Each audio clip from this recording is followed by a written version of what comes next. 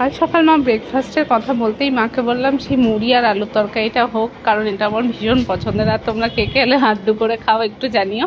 আর বোনের তো এগুলোর সাথে কোনো রকম ভাবই নেই, তো বলছিল যে তুই আগের দিন যে বিস্কিটগুলো এনেছিস আমি তার মধ্যে থেকেই খাবো। তো দুটোর মধ্যে আমি বললাম যে কোনো একটা খোল, কিন্তু ও বলছে না না আমার কনফিউজ, তো আমি দুটোই খুলবো। তো ওই জন্য আমি কানটা একটু মুড়ে দিচ্ছিলাম। তো ফাইনালি এটা চুজ করলো, আর মা ওকে দুটো মিষ্টি দিয়েছিল খাওয়ার জন্য।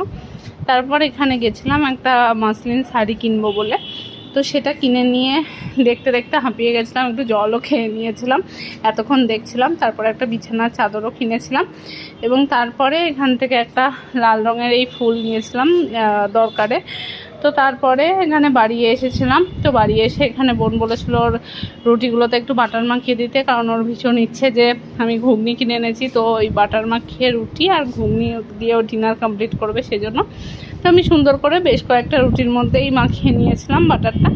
তারপরে যে ঘুগনিটা, সেই ঘুগনিটা আমাদের এখানে তো জানোই কৃষ্ণনগরে বিখ্যাত সুধীরের ঘুগনি, তো সেই ঘুগনি নিয়ে এসেছিলাম। তো ওই ঘুগনি দিয়ে রুটিটা খেয়ে ডিনার কমপ্লিট করলাম। টাটা।